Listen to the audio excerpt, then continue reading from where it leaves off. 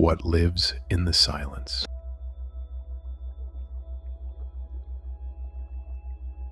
You just felt it. That slight discomfort of waiting for something to begin. The impulse to check if something was wrong, to fill the space, to move past the quiet and get to the part where something happens. That impulse is what this episode is about. This is the uncarved.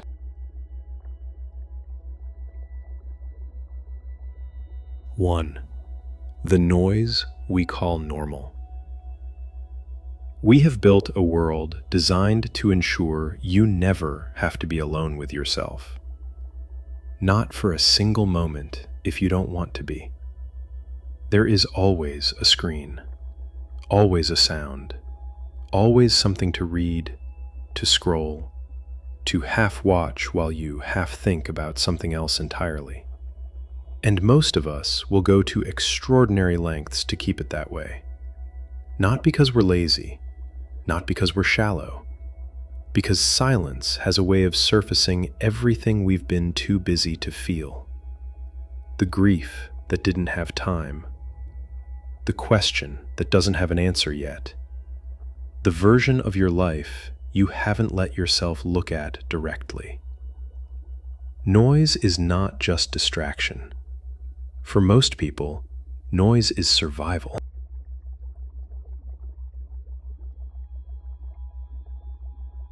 2. What the mystics knew. Every contemplative tradition in human history has pointed to the same practice: stillness. Not as a reward for the spiritually advanced, not as a luxury for people with nothing better to do, as the most fundamental thing a human being can learn. The Desert Fathers, Christian mystics of the 3rd century, had a word for the restlessness that rises when you sit in silence.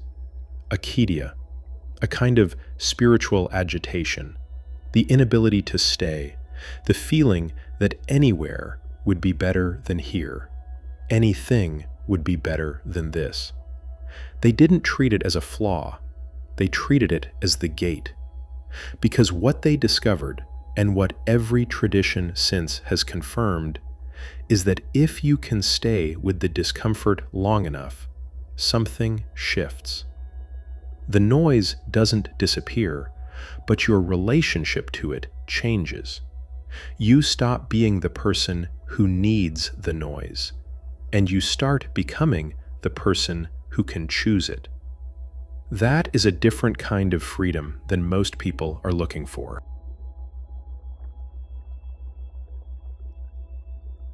3.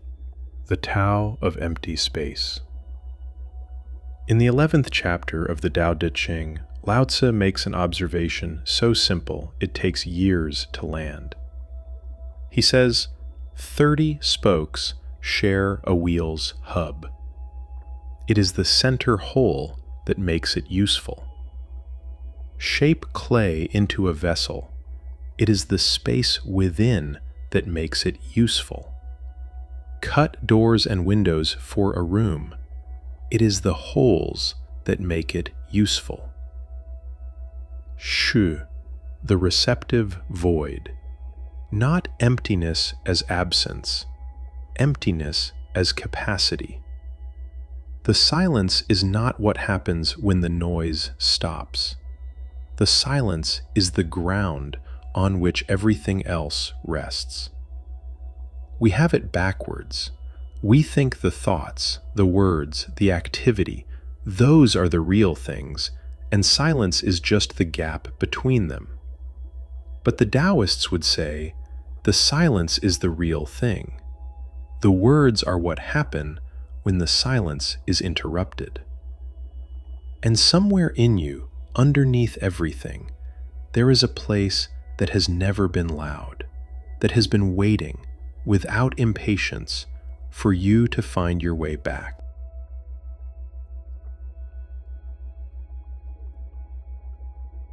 4. What waking up actually feels like.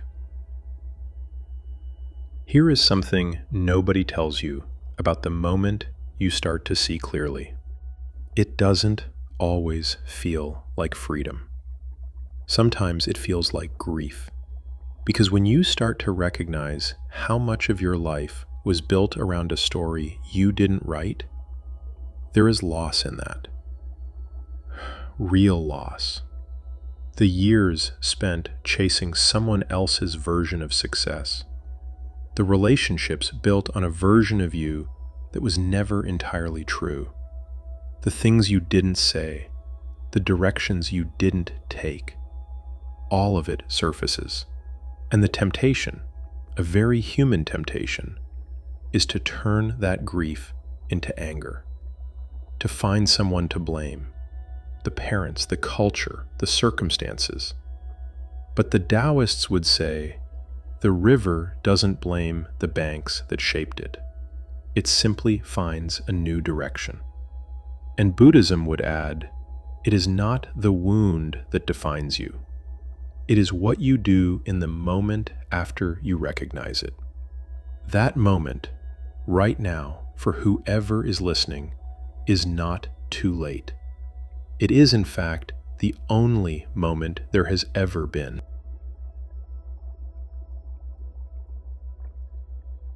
4. Why we're afraid of our own company. Here is the honest question. If you sat down right now, no phone, no music, no task, and simply stayed for 10 minutes, what would come up? For most people, the answer is not nothing. It is everything they haven't had time for. The psychologist Eugene Gendlin spent years studying what happens in the body when we finally stop moving. He found that we carry enormous amounts of unprocessed experience.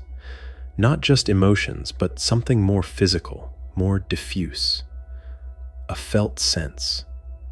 Something in the chest, or the belly, or the throat, that knows things the mind hasn't named yet. Not because we're broken, because we're human. And being human means accumulating more experience than we have time to integrate. The silence is where integration happens, not the silence of forcing yourself to be calm. The silence of simply stopping the interruption long enough for the body to do what it has always known how to do.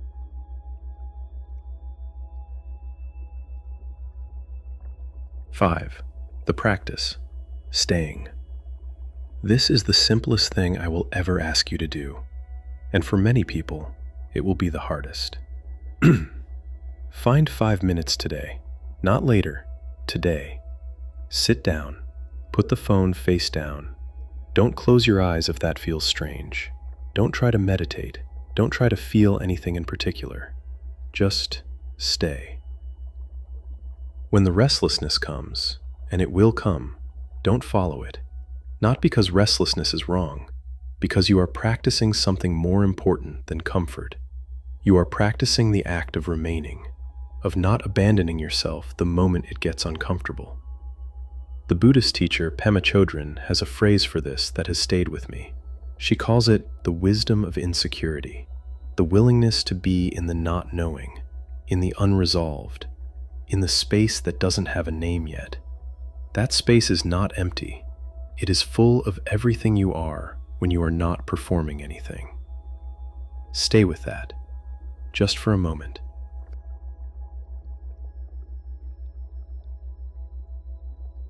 The world will keep offering you noise. It will keep arriving in your pocket, on your screen, in the voice of everyone who needs something from you.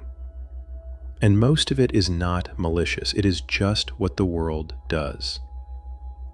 But underneath all of it, underneath the conversations and the obligations and the 1,000 small decisions that make up a day, there is a frequency that has been broadcasting your entire life. Quiet, constant, unmistakable once you know how to listen. That is not something you need to find. It is something you need to stop drowning out. Until next time, move slowly. That is enough.